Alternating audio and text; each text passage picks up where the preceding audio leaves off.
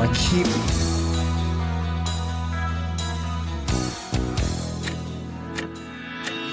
California grow, yeah. California grow. Me and the boys doing all we know. Yeah, there's nothing quite like this place that I call home. California grow, yeah. California grow. Welcome to an exciting kind of new edition of the Rough Notes and Casual Thoughts. New in the sense that we just had a bunch of elections in California that kind of reverberated and are still reverberating. We'll talk about that a little bit. John Cassidy, Scott Anderson, the Appeal Democrat editor extraordinaire, replacing the previous editor sort of extraordinaire, and Chuck Smith. He's not here today. They're traveling all over the Northwest. We'll check in with Chuck this week, find out what's going on. And then, of course, Everything 93Q, Community Radio, Tower Media Empire, Bob, Hawaiian shirt Fischetti over there. Looking good, Bob. Yeah, I'm really glad Scott's sitting between us. He's the only fashionista that is here. Oh, fashionista. You know, he's looking sharp, man. He's going to make I'm the understudy for the Johnny Cash show at the Southern Theater.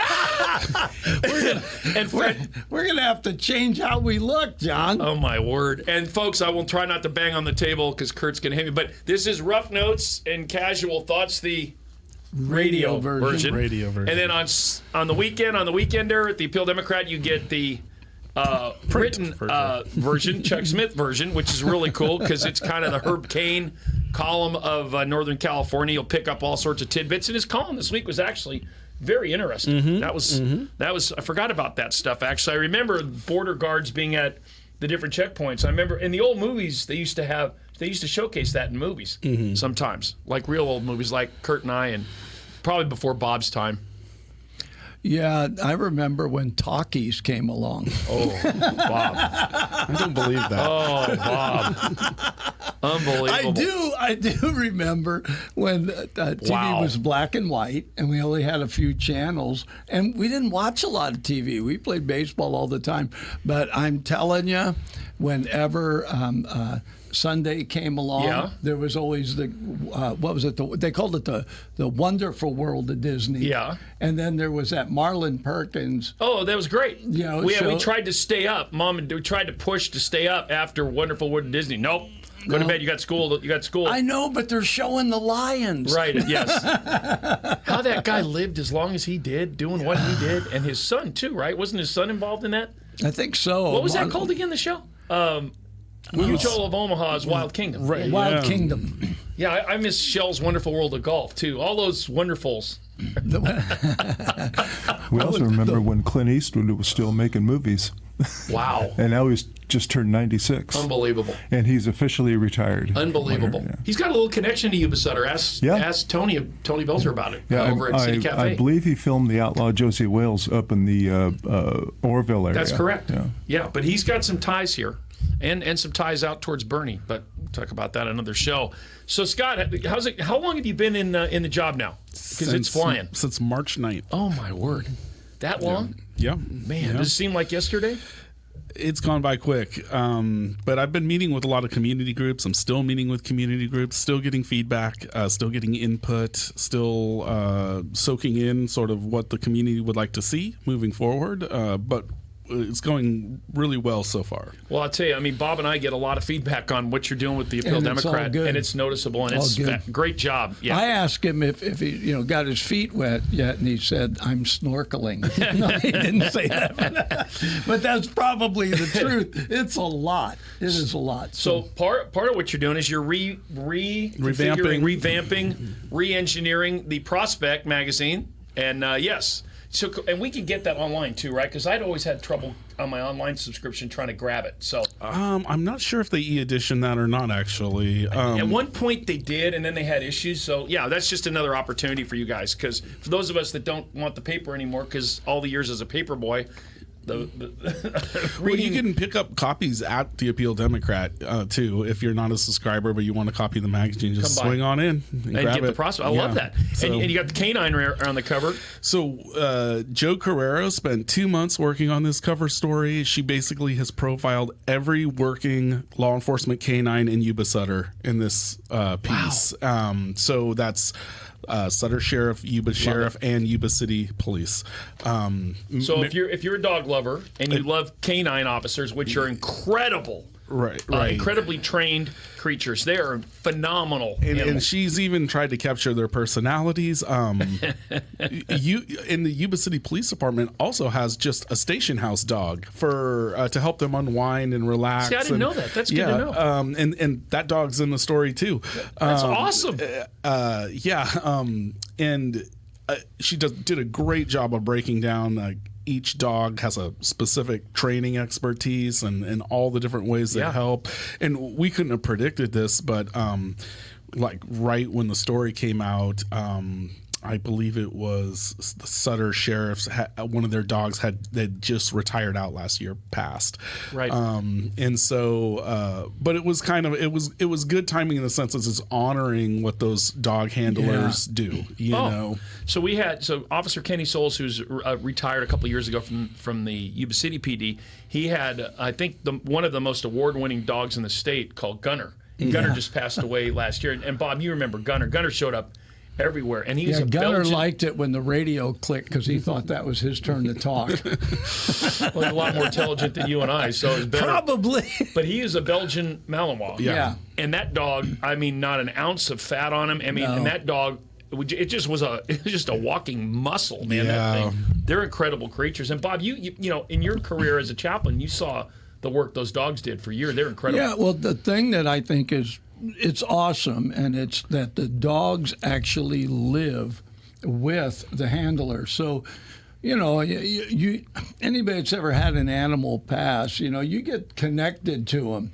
And so here, these guys don't just take that dog home. They work with it every day. They're close to these dogs. It's a big deal. That is literally their partner. Yeah. Yep. And so yeah, kudos to all of the dog handlers and their dogs. It just, you know, I probably would have liked to have done that. But back when I was in, you didn't get to take the dog home. The Air Force kept them. And they absolutely become part of the family. I mean, in that story, I can't wait to read it. And when you look really closely at this cover photo, beautiful picture that was provided us by Yuba City PD. Phenomenal. The reason, this is Riggs, the reason he's smiling so much is you have to look down here. He found a gun in the grass. Oh, I see. And it's right there in the bottom. Bob, right? you didn't tell me you were throwing those guns around. I thought you were keeping them in your pocket. Your fingerprints are on that. Riggs was Kenny Souls' original. He handled Riggs. He taught Riggs early on. Mm-hmm. Riggs became his dog when Gunner retired, and now I forget. That's the Yuba City PD officer that has Riggs. Yes. Yeah. Great dog. But all of these dogs, they are locating fentanyl coming into this community. Yep. They are locating what's now being sort of referred to as super meth that's coming into this community. And when there are pursuits, vehicle foot pursuits, whatever, and people toss loaded firearms, that they're finding those. These dogs save lives. Oh. Yeah. And they're incredible. I tell you, if you go online, there's a great video of a Los Angeles police dog. It's humorous. I wouldn't want to have been the person at the other end of this dog's run, but this guy's trapped in like a commercial warehouse area, and the police are chasing him, but they're giving him plenty of room. He decides to kind of make a really fast turn, loses it, runs into the only tree on the whole street. He runs into it, stops his car, decides to get out and run. There's fencing all around. There's nowhere for him to go. He's running full speed. They go on the speaker, "We're tired of chasing you. We're sending the dog. Hit the ground, or we're sending the canine." He said they send this canine. This canine runs about 50 yards full blast, leaps in the air. It looks like Michael Jordan on a dunk from the free throw line, and knocks this guy down. It is one of the most incredible videos. If you want to see the strength, the power, and the speed of these animals, man. The Malinois that are trained on bites, it's like firing a living missile at someone. It's insane. Yeah. Well, it's funny you brought this, because last night I actually stopped by because Kenny's wife Tammy just won a dominant race for judgeship in Yuba County because no one ran against her. So congratulations, Tammy Souls. And it's funny that I was there last night just to congratulate her, stop by, and that you got this here today. This is great. I can't wait to read through that so story. This is the second issue we're into our revamp. Love it. And the revamp, put simply, is it's all local topics, but we're leaning much more into culinary and entertainment and deep human interest stories, and just trying to have a more magazine look and feel than it had in the past. So, folks, get over to the Appeal Democrat, get a subscription to the Appeal Democrat, and get a copy of this month's prospect, and check out the story on all the canine officers in Yuba Sutter, because this is going to be an awesome story, because there's some great animals and great history with those animals here. And thanks for capturing that. Yeah. That's cool. But if you're doing culinary, Bob, I think they got to capture the Cassidy salmon salad at City Cafe. Bob's going, no. That's good. Sorry, cheap plug there.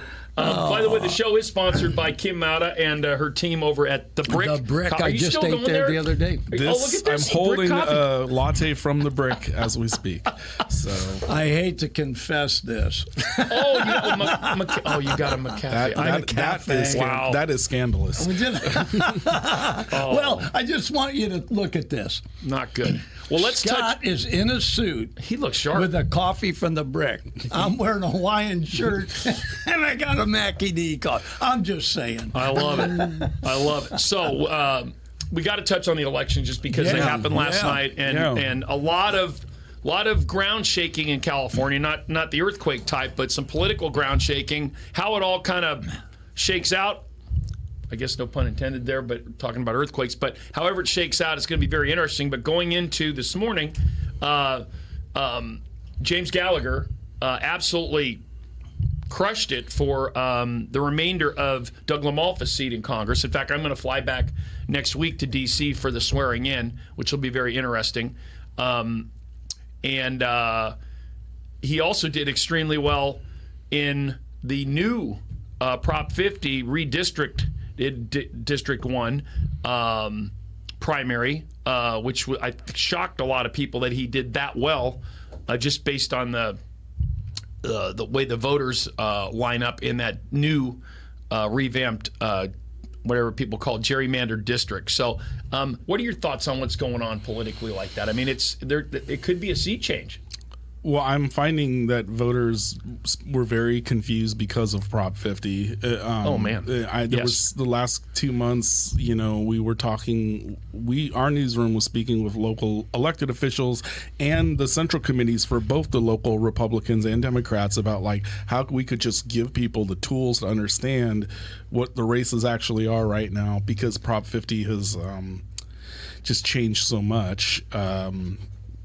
So from a journalistic point of view, that was a real challenge. Well, I'll tell you what, Bob, you had the same thing. I would get calls literally from friends in Redding, Chico, Yuba Sutter, every day for the last month. I'd get a call or two. So how is this ballot thing? Yeah.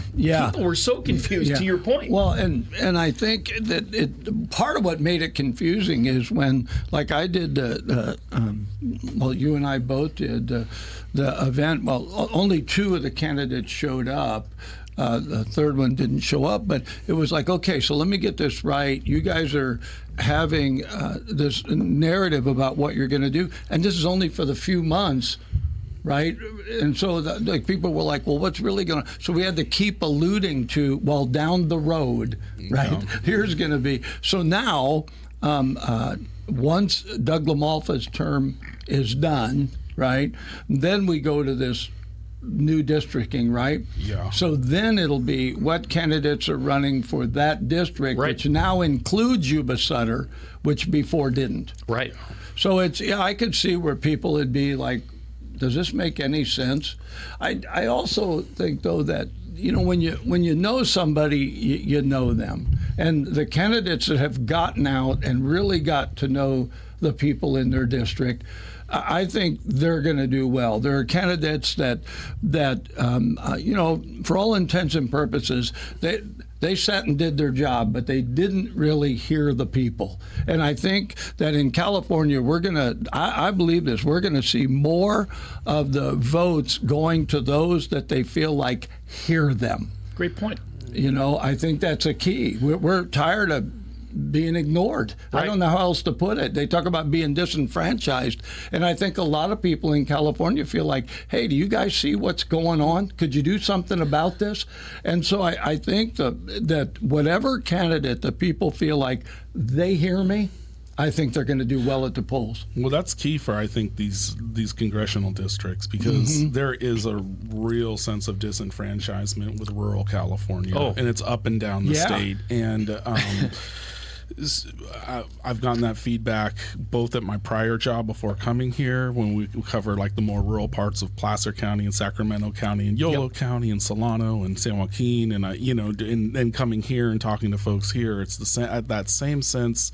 And even doing field work way up north in the state, then they are really isolated. Oh, absolutely. Oh, yeah.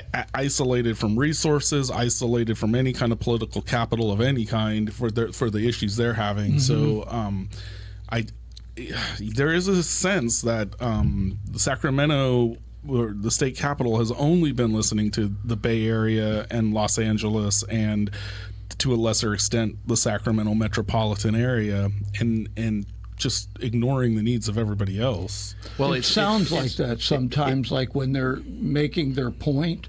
You know, it's like, well, who are you listening to? Because you're not hearing us.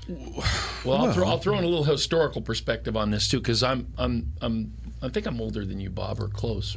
Well, I wasn't around for the Lincoln debates, but they were great. But I missed them. Yeah. The interesting thing is, this is not a new problem for California. Because if it hadn't been for Pearl Harbor, the state of Jefferson probably would have passed to the United States Congress. It was that close to happening. In addition, what's going on in Eastern Oregon, same thing. Portland, that large metropolitan area, Portland, Eugene, where a lot of the population is, they're not listening to the southeastern side of Oregon. They want to be part of Idaho. So it's not like this is new. And I've just come to the point in I'm a native Californian, born and raised in San Francisco. I saw everything that could happen there in the 60s. Kind of crazy. Not really the summer of love, more the summer of stench. So anytime corner me and ask me, and I'll tell you all about that. But it's too big. It's too big to manage the way it's set up at this point. There's just too many competing needs that communities have, and with the dominant population sizes of the LA metropolitan area and the Bay Area, people up here just get left out. And they feel it. And to Bob's point, Bob's right. And the interesting thing, like Doug LaMalfa, God bless Doug, he passed away, knew him for many decades. One of the hardest working politicians, whether you like his politics or not, it's irrelevant. That guy went to every backwater meeting of every community, from Alturas to including all the way over to the coast when he had to shift districts before he passed away, started campaigning there. There wasn't a day that guy, when he was home, wasn't at some event somewhere talking to a group of people. And I give Steve Hilton credit for going to every outpost in California and talking to people for well over a year when people were laughing at him. But he didn't care if there was 10 people in the room or 1,000. Yeah. He talked to everybody. And I think Don Belza here locally, who looks like, he comfortably won the primary. I don't know, Johansson or Andrew Coolidge, who's also a former Yuba Sutter resident, was on the Chico City Council for many years. I don't know if they'll catch him when they get the votes counted. I don't think so. But Don Belza, same thing. For over a year, he went and met with everybody throughout that assembly district to replace James Gallagher in that assembly district because he's terming out. Don went and did the same thing, to your point, Bob, face-to-face with the communities, with people in those communities, and listening for real. I mean, Spencer Pratt, same thing in L.A. I was just going to say with Pratt, I saw a little interview with him this morning, and they asked him, well, what are you going to do? You're in now. And he said, I'm going to go to the places I haven't yet been. But he said, I'm hearing the same thing. Well, if somebody shows up and listens to you, what a novel idea for somebody that is running for a public office, a public servant office, to actually go out and hear the people. Well, especially some non-establishment. From outside. Yeah. So I think we're going to see that. I love where I'm living, and I am concerned with who's in office, because they'll make changes that affect me here. Yep. So I want to know what they think. Or just ignore the area. I mean, the last round there was about 2 months ago, the state of California and the governor's office had a announced a special fund they'd come up with that was auxiliary help for homelessness. It all went to San Francisco, Sacramento, and Los Angeles. Wow. And now listen, those areas do have big problems. Yeah. I don't want to ignore that, but it doesn't seem equitable, right? That because when I hear there's almost every week people are asking me like, we need a better plan for homelessness here. We're struggling to revitalize downtown Marysville, and people feel this is part of the reason. Yeah, Chico. Yeah. Oh, yeah. Chico has. Yeah. So it's the messaging people take when the state does stuff like that is they do only care about these populations. So I learned a lot in 2017 during the Santa Rosa fires. Good friend of mine, I won't go into great detail, but I will just tell you can go look it up. But the largest disaster relief fund ever that was private, that was ever set up in the entire world, that raised the most money, in about 60 days they raised $85 million for this fund for Sonoma and Napa counties, to help all the people that were affected by the fires. And they set the fund up, and because Napa Sonoma had so much, people love it. Obviously, it's a wine country. People that had events there over the years, there's just a lot of love for Napa Sonoma, for tourists, for people getting married, for people wine clubbing, whatever. It's a gorgeous part of California. It's a gorgeous part of California, and it's world known. Okay, it's known throughout the world. Having some of the best wines and just experiences. Anyway, long story short, they were getting checks from all over the world. They were getting $200,000 checks from Austria. You name people that had great experiences. They raised about $85 million in like 60 days. Well, that's a lot of money when you think, oh, gee whiz, how are we going to manage all this? They had to set up their foundation differently. They had to create all this paperwork. But the philosophy was one address, one check. That was the philosophy that was behind it. Here's what happened. So after they did this, there was a Bay Area newspaper, I won't mention the name, that took a major Bay Area newspaper, kind of San Francisco based, that took them to task, because what happened was, as soon as that money got raised, all of a sudden, and if you remember, there was all these offices where you could rent desks, and where if you wanted to move your company into a place, but you didn't want to rent a big space, but you wanted to have representation, you could rent office space and desk, or you could go to one of these mail places and just get a P.O. box. All of a sudden, there were literally hundreds of nonprofits that were establishing offices or addresses in Napa and Sonoma County, trying to access this money. Wow. Okay, so the philosophy of the fund was one address, one check, $2,500 to $5,000, depending on the situation, to help people, because there was going to be a huge gap between the time you got some insurance money to pay for hotels or just basic goods, whatever you needed to get, kind of hump money to get you through. And that's what the fund did. But they took so much criticism because they weren't handing this money out to all these quote-unquote nonprofits or NGOs that just showed up and established addresses and phone numbers in Napa Sonoma just to get some of that money. And the majority of them were from Southern California or South Bay, and like have nothing to do with Santa Rosa or Napa or Sonoma. But that was my first inkling. There might be some problems out there with how this money gets distributed. Well, I can tell you this. I could fix a huge part of the homeless issue, because one of the ideas is let's catch them before they're homeless. How about if California quit taking everybody's money, spending it on ridiculous stuff with no answer, and just took less money? You know what I mean? I think there's a lot. I think it's don't care something who's to in consider. charge. Quit taking everybody's money. You know how many people I talk to that tell me I am one paycheck away from being home. I'll be living in my car. That is a shame on the government of California. I don't mind saying it. It's not my problem. It's theirs to fix. It is my problem if I'm not willing to say, you guys are in charge. And this homeless issue, you get all this money. I don't know where it goes. That's the big challenge, is accountability around all this money. I mean, when I was a reporter in Sacramento, there was 1 year where through matching grants from hospitals and other health organizations, the city spent like $500 million. The city of Sacramento, not the county. Right. The city which had no behavioral or mental health services because that's the county. The city, which owned no hospitals. Right. There was a lot Wow. of there were a lot of components for service delivery that the city didn't even have because cities are police, fire, Correct. sewer, Right. garbage. The city spent $500 million. And a couple years later, there were more people on the streets than before when they spent the money. And I'll give Steinberg credit. He did own that failure. He did. I'll give him that. He was very I'll give him honest that they chased money harder than they chased. I'm paraphrasing what he said it a couple years later, but essentially what he said, the lesson learned was we focused too much on chasing the dollars and not having a workable plan. Kind of similar to what I just said in a different way, right? Yeah. So it's just these problems. I think we're going to see a change because of that. I and the exposure. I can hear it from and us. the exposure. Well, and I think the people are saying, there comes a place where, it's the old Tower of Power song.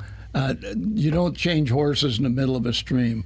Well, I hate to tell Sacramento, but your stream's dry. Yeah. Well, and so we need to change horses. We need to do something that will make a difference because we're voting the same people in and getting the same result. And I think that there is a groundswell of people that are dissatisfied. And I saw that specifically in the interviews that Spencer Pratt did with people. Oh, yeah. Just everyday people. And he's hearing from them, this is my concern. And I think that is huge. Well, I had that conversation, and I didn't bring it up, but he did. Greg Lukenbill, who was the original owner of the Sacramento Kings, brought the Kings to Sacramento. And Greg's a pretty dynamic person, okay? He's very dynamic, interesting cat, smart as hell, and did put Sacramento on the map by originally wanted to bring baseball, by the way, because it was March on Baseball first, and they ended up with the Kings. That's another story.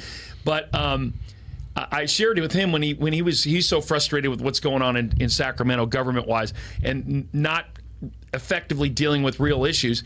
And I shared this with him in 1977 in May. My Bay Area high school, they take the seniors for a civics trip to the Capitol to see Sacramento, to get a taste of who runs your state.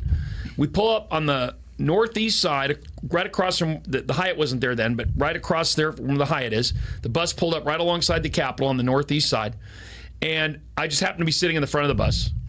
And I was the first one off the bus. As I step out of the bus, I'm stepping over broken whiskey and brandy bottles, and I'm looking up, and there's 10 people sleeping right on the lawn, right there. Well, right on the Capitol grounds.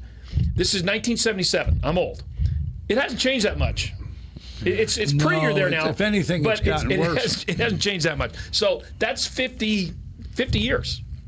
That's 50 years. Yeah. So, it may be time to try some different strategies. And to your point, the money. And just because you raise a lot of money or spend a lot of money doesn't mean it's being used effectively if you don't have what you need to really solve the problem. Well, I'm a Northern California reporter. I'm not a Southern California reporter, but there's certainly a lot of indication that a bunch of relief for Palisades has gone missing in various ways. No question. And I don't, I'm not working on that issue, so I can't speak too directly to it, but it sounds like... Well, I guarantee you it's the same pattern that happened in 2017 in Santa Rosa. Yeah.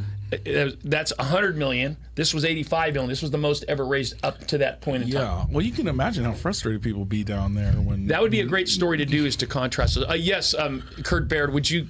Go ahead and cue up Mr. Fischetti. Okay. You're listening to KETQ 93.3 LPFM Yuba City. Although we're sitting in Marysville. There you go. Well, this is Rough Notes and Casual Thought, folks. John Cassidy, Scott Anderson, and the one and only Bob Fischetti. By the way, let's move off the elections. Congratulations to everybody, and also congrats to Don Belza, too, our local boy does good for Yuba Sutter there. So far, so good. And Mike Thompson, who came up from the Bay Area, who's really ag-based and has already started to really help this community. So hats off to Mike and his team, too. So great stories, by the way. Great. You guys covered the bus crash in the horrible situation, 50-year anniversary. And those pictures in the Appeal Democrat this last week of the celebration or the memorial service for 300 people showed up. That was a really beautiful beautiful thing. You got to be proud of your team for covering my team's that. been doing so great since they got here. I'm really proud of the work they're doing. All of them. That's Jeff included, and Jerry, everybody. You're giving Jeff Larson credit? Yeah, Mr. Sports? I'm giving Mr. Sports. I'm giving Jeff Larson. He's a rock credit. star. Yeah, he's my number 2. He's a good man. He's a good man. Yes. Jeff will be wanting to make copies of this video. And, he'll go in his office and go, "Do you remember saying this?" Absolutely. Another interesting story that you guys highlighted or low-lighted, depending on your perspective, was The Darkness by the Rivener, the Juan Corona. I love that, by the way, that title. That really grabbed me, the headline, The Juan Corona Files. I grew up in the Bay Area. I remember as a kid hearing all about this, and it was like, oh my God, somebody did that? Well, we have a treasure trove of original reporting on that case in the building. Can you give people a little background on what exactly happened there? So Juan Corona, though the name is not as famous as, say, Zodiac or Charles Manson or some of these other sort of, I hate to say cultural icons, but like they're touchstones in the culture, right? Juan Corona is one of the worst serial killers in the history of California, and he was right in Yuba City.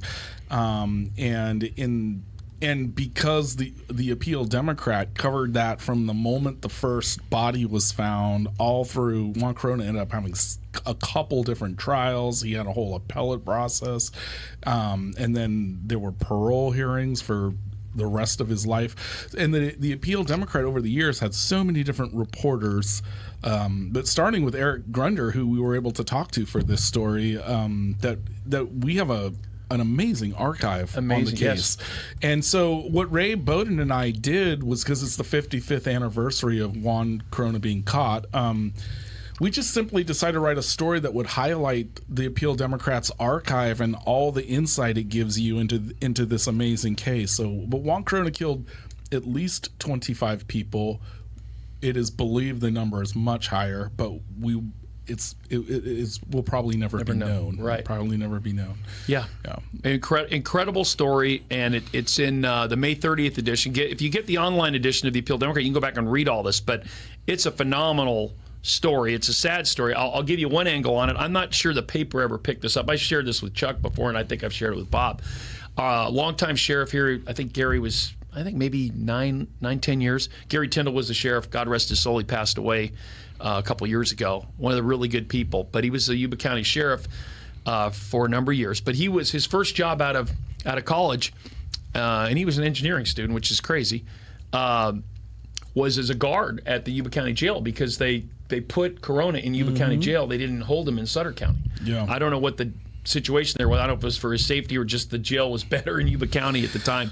But long story short, literally one of Gary's first nights on duty, he's the jail. He's walking around monitoring what's going on in the jail, and Corona's laying on the bed screaming, "I need a doctor, I need a doctor." And he thought he was just, wanted to find a way to kind of escape. And so he just kept telling him to, shut up and go lay down and you're fine. And anyway, he went back a little while later and he was really looking peaked. So Gary threw him a couple of aspirin. And the aspirin kind of slowed him down, but the next morning he wasn't looking good, so they took him to he'd had a heart attack in the jail.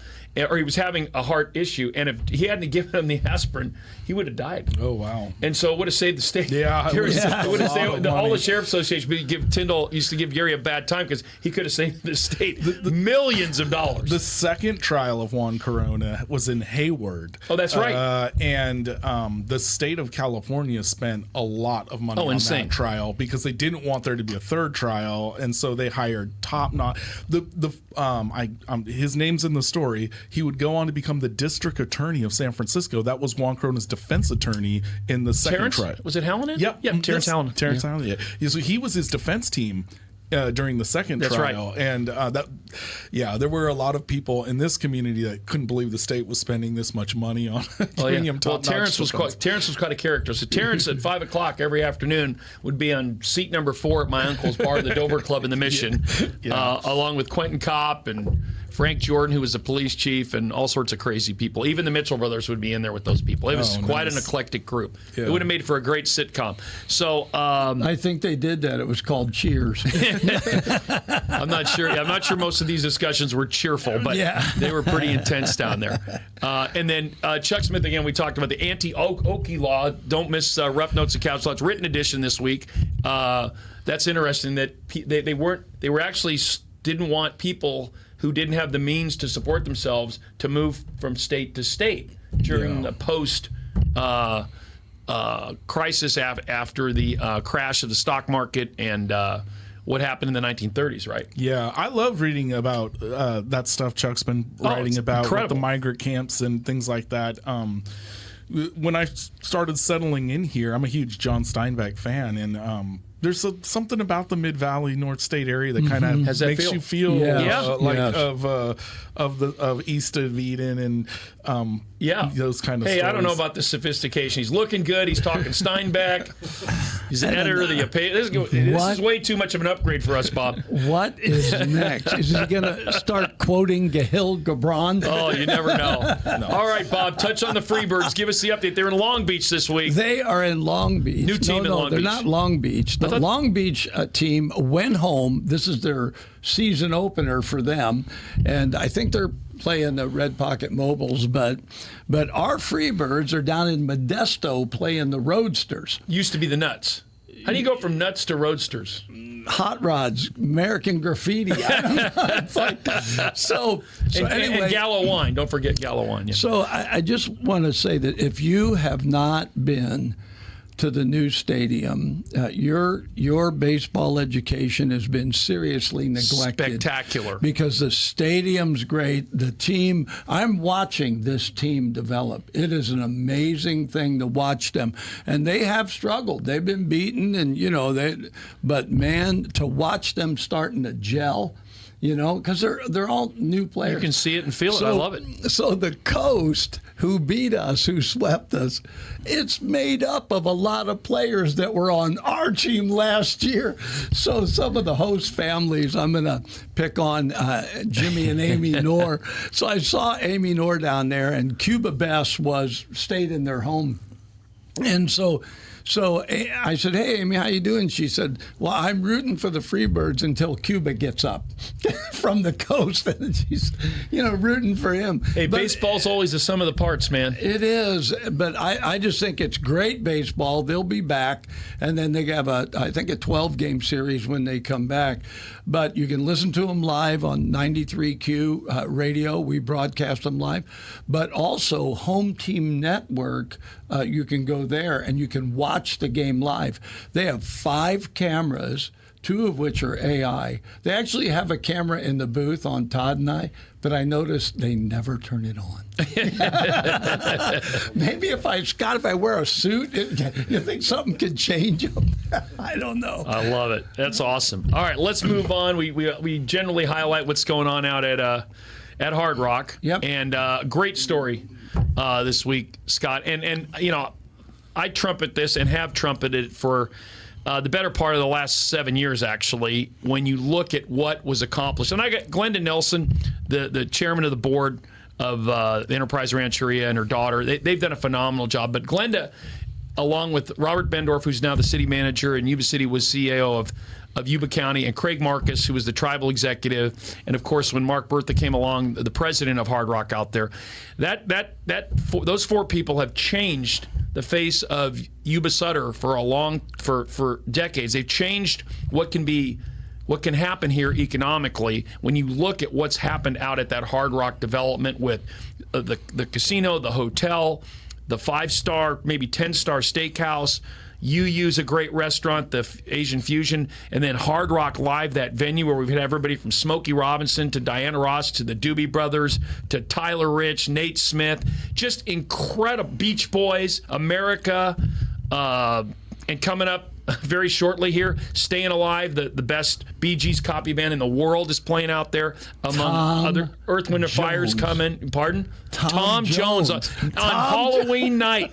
That's amazing. By the way, if you go to 93QTV coming up in a day or so, I went out and interviewed Randy Maddox in his habitat. Oh my gosh, his office, and you got out of there? Did you steal anything? I tried. And but we did a walkthrough so you can see if you were an artist. Love it. How that whole thing happens. He talked to us about the dressing rooms. They have 4 of them back there, how they separate it with different artists, what artists ask for. And I went in his office, and you mentioned the Beach Boys. He has a surfboard. Yes. Signed by Brian Wilson. Yes, I was like, I'm all enamored, right? Oh, yeah. The interview's over. I'm looking at the surfboard. Oh, yeah. Well, and actually, the Beach Boys, go ahead. I went with him to shoot the video, Yeah. and so we were. You didn't bring your bagpipes to the Beach Boys. Okay, just check. But they haven't asked me yet. But no, we got to go right into his cave, into Randy's cave, and that was It's really pretty cool. Yeah, it's really the whole operation out there. I just want to say this about Randy Maddox. I think You're going to be nice to Randy on the air? Yeah. I know. Oh. Well, I think Okay. I think. Gosh, if I was doing entertainment, that's what I do. I just hire the bands, right? That guy has to handle everything. The stories. It is, buddy, that is not an easy job. Can we do a late night with Randy show? You can tell the real stories from behind the scenes? Or We should. Well, it'd have to be late night. That guy was he just worked an 18-hour day. He's unbelievable. That whole But team out there. Great, to your point, John, great bands coming. They're connected with Live Nation, and so they've got a couple of. We'll have the statistics. I sent them to Kurt today about what they have done in just 4 years. Today actually is their 4-year anniversary, and Hard Rock Live? Mm-hmm. And what was the first concert ever on in there? What was the first one? Maroon 5. No. Well, that's what he said. No. That would have been Tyler Rich the night before. It wasn't Maroon 5. It was Adam Levine. Of Maroon 5. Of Maroon 5. That's good. Thank you, Scott. The first concert was the night before. Yeah, Tyler Rich opened the event. And actually, the first band to ever play that stage was Temecula Road. They opened for Tyler. Just trying to keep it accurate here. This is journalistic, sort of. Kurt has played bagpipes at the Hard Rock. Doesn't get better than that. Are you the only bagpiper ever in there? I got to think so. Probably, yeah. It's for Dancing with the Local Stars. I remember. I was there when you did. And I played for the police department. Yeah, that's right. Marysville Police, I believe. Yeah. It was a lot of fun. I couldn't see the audience, though. It was. No, you can't see from the stage. Those lights will kill you. Yeah. Yeah, I was at Tyler Rich, and I saw when he did that, he said, because he likes to get down with the audience. He goes right down. So he was like, turn on the house lights, because you can't see nothing. Oh, no, you can't see anything. Great concert. Anyway, great music out there, great stuff. The Hard Rock is knocking it in the cheap seats. We also did a quick gas station thing.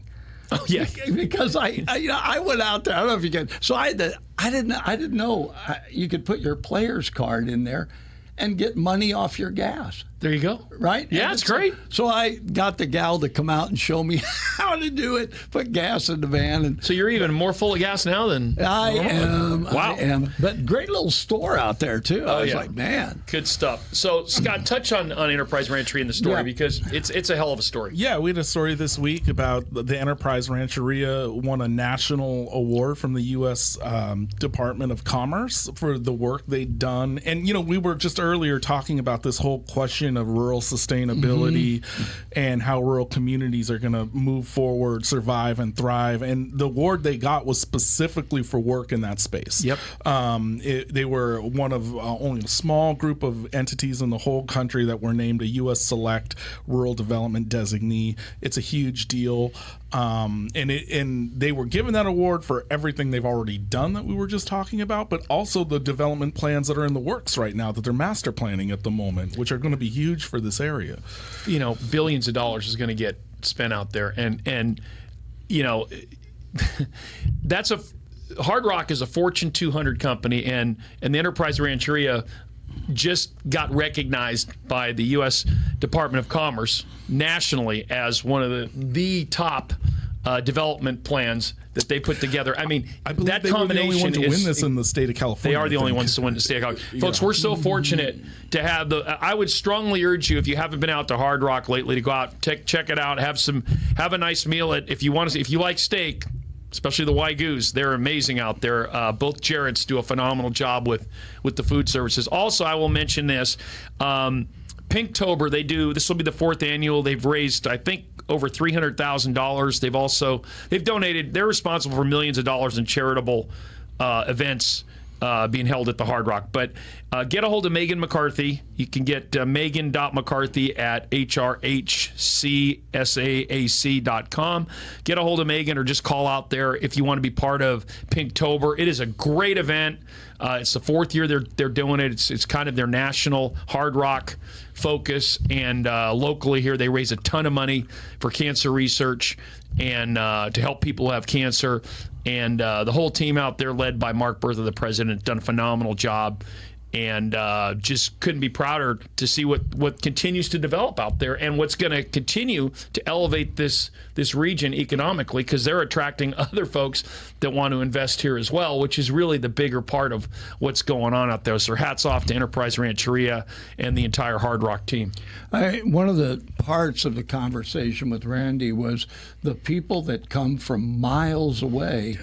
To see concerts, and he talked about him individually. He'll fly to Vegas if it's somebody he wants to see, and so I had to laugh because Kurt said, "I never expected to see." Was it Sting? Yeah, Sting 2 nights in Wheatland. Right. It's like, it cracked me up because you think about it. All of a sudden, we have this venue out there, right? World-class venue. Yeah, and we were just right. All of a sudden, we're getting these incredible Tom Jones. And then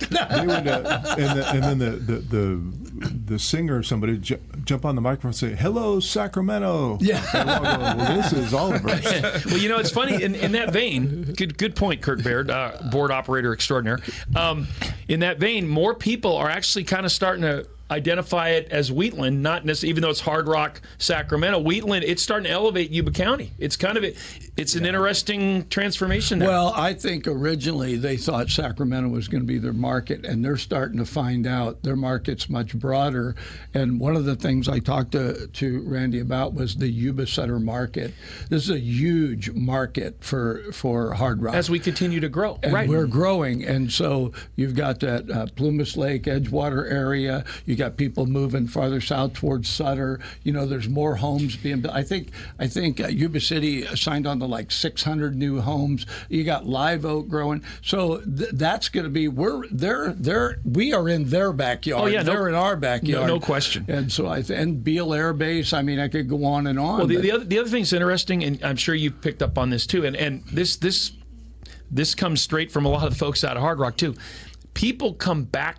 People from the region that are casino, they enjoy that whether it's this new sports bar out there, whether they want to play slots, whether they want to play blackjack, whether they want to watch a show or have a great meal. People that enjoy the casino kind of world, hotel casino kind of developments that travel around, when they get to Hard Rock and they compare it to anything in the Sacramento region, they come back to Hard Rock. They love the experience out there. It is such an... They've done such a great job. It looks brand new when you walk in there. They got the new Monopoly floor that's really cool, but I'm not a casino person per se. It's just not my vibe. But I have no problem going out there to have dinner, to relax, to watch shows, to go through the casino, to have meetings, because it is the ventilation system's world class, and it looks like it's brand new every time you walk in there. It's not like walking into some casino where it's kind of run down. But 7 years is a long time to be in business and still look brand new. And they've done a phenomenal job keeping that place moving forward. It's remarkable. Well, I just think the economy, as rough as it is, all over California, there's a certain part of living in a rural side where people will say, well, I like to go see the city, right? Well, the Hard Rock is an amenity that you would expect to find in a bigger city. Yeah. You know what I mean? Exactly. It's a world-known brand, and it's right here. Yep. And so you can go get your taste of that. I recommend Yu. My wife thinks it's the only restaurant out there. Go ahead, Scott. I have heard, we'll say off the record, that several celebrities have just hung out there because like you said, it's the amenities are so nice. Yeah. They find it so comfortable. But being out in the country between Wheatland and Marysville, they find that people aren't bugging them. Correct. You know, like if they're even being noticed at all hanging out there, people are not coming up to them or messing with them. Yep. So I've heard several very famous people have just hung out there because it's comfortable. Exactly. Well, I mean, when Fischetti has his entourage with him out there, and you know, and he just tells the entourage, "Hey, you guys go have a good time. I can hang out here myself. I'm fine," because you know that's how Bob rolls. Yeah, so, that is how Bob rolls. Okay, a couple more stories. I have people to talk to their people. You got people everywhere. The Bi-County Ambulance article. Oh, that was great. And people, summer's here. You got your kids, your grandkids around, family. You're out doing things. I would strongly urge you to go to the Appeal Democrat, read that article, that community safety information from Bi-County Ambulance, and that family, the Alex Bumpus and the team out there do just an incredible job. There's another person you'd want to sit down and hear about the real stories behind the scenes. Man, that what they have to deal with is incredible. But they're giving you some great advice so that, you know, it's getting hotter and all that. And that was a really, I thought, very good story and from a great organization. And Yuba City has a new fire marshal, Captain Singh. Congratulations, Jaswant. That's awesome. Yeah. Love that. Good stuff there. Again, Mike Backus passed last week, which was shocked a lot of people. 56 years old, great shape, one of the really good people. He managed the Yuba City High grad, managed the Yuba City Racquet Club, I think since 2004. And just did a phenomenal job. Might have been before that. I think maybe in the late 90s, because he and Pete Backus, the Racquet Club has been a phenomenal legacy health club and obviously tennis facility for many, many years. But sad to see Mike passed. Wishing his family all the best and praying for them. And his celebration of life is going to be next Wednesday. So that was a sad one there. No one wanted to lose Mike. Good people. So the obituary section had way too many people in it this week. It did. So anything else we haven't highlighted, Scott, you want to throw out there? I would ask people to tune into the Appeal Democrat tomorrow. This is where community newspapers can try to make a difference for positive things. There was a very unfortunate incident over the weekend where a young man at a McDonald's was attacked. Yeah. And let me just say a couple things about that. In the chaos of the moment, because there was a lot of stuff happening on social media after this went down. In the chaos of the moment, it was initially believed he was attacked with scalding hot coffee. Once he was brought to a burn ward in Sacramento, and is now believed it was hot oil or grease. So if people are confused because they're hearing different things, it's because this assault was chaotic and out of the blue and completely unprovoked, and nobody saw it coming, including everyone who worked there. So but the reason I am bringing this up is we are working with that young man's family right now to on a story about his GoFundMe. Great. So if people in this community just want to check that out and consider helping that family out as he works on his recovery. We don't know a lot about why this happened still, but that's not really the point of the story I'm talking about tomorrow. The story tomorrow is there a QR code in there? It will have information on how to go to that GoFundMe if people want to just, there was the reaction to it. It really shocked and upset a lot of people. And so this young man's got a recovery ahead of him. And so we'll have a story on what's going on with him right now and his recovery in tomorrow's paper. Great. Good stuff. Yeah. Appeal Democrat. If you're not subscribing, you better start subscribing because it's rocking and rolling, and there's some great information in there, including get a copy of the prospect, look at the stories about all the canines. I'll end with one thing. Bob, you have anything you want to throw in? No, I'm just very grateful after all our conversation this morning. Thank you for Scott for coming to this area. Not just coming, but immediately becoming part of it. Willing to invest your time in getting to know everybody, and bringing your skill set here. But also, you brought some great people with you, or you went and found them. I don't know where you found them, but I think it's great. I think it's great for the Appeal Democrat. But I also think trying to get information to people is difficult. So I would recommend and I know Chuck is going to be listening to this, get a subscription. I love it. Love it. Chuck will be saying they're going to get their fish right after you get yours. I love it. All right, my last thought for Rough Notes and Casual Thoughts. For those of you NBA fans, a couple of sad things. First of all, Rick Adelman passed away. I saw that. Really sad. Great, absolutely class character and soul. One of the really great coaches in NBA history. Did a fantastic job with the Kings during their heyday with the Vlade Divac, Mike Bibby, Doug Christie, Chris Webber, Peja Stojakovic, John Barry, Bobby Jackson, current assistant coach to Doug Christie. Gonna miss Rick, and what a difference he made in putting Sacramento on the map finally as a legitimate Major League sports franchise with all the success the Kings had when he was their head coach for many years. He will be missed. And I'll give you a little Yuba Sutter for those of you basketball fans watching the playoffs. It's now San Antonio Spurs versus the New York Knickerbockers. And I will throw this out to you that there is a little connection between Yuba Sutter and the Spurs. And Simran Thakur, local basketball and farm lender extraordinaire, will appreciate this. So there was a company called Holt Tractors that was actually started in Sutter County, ended up with a small facility in Woodland where they developed the first, I believe, diesel tractor. Holt Tractor then was sold to Caterpillar at some point. Anyway, the Holt family that benefited from that development and all that money that was generated, Peter Holt, the great-great-grandson of the original Holt, is actually the managing general partner of the ownership group of the San Antonio Spurs. So there's your connection. If you're going to root for somebody, root for the Spurs because there's a Yuba Sutter connection there. That's more information than you really needed to know. I know, Scott. That's pretty good. Is that going to show up on the crossword puzzle next week? We just want to know. I'll have that answer. Right? Yes, a little tidbit there, and no bagpiping necessary, Mr. Baird. We're good.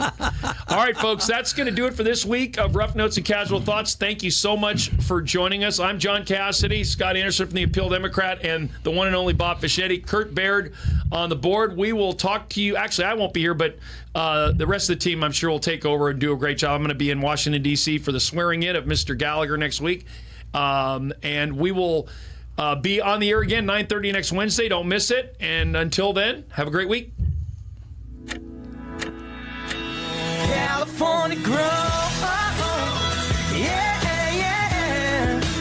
California grow. Me and the boys doing all we know. Yeah, there's nothing quite like this place that I call home. California grow, yeah. California.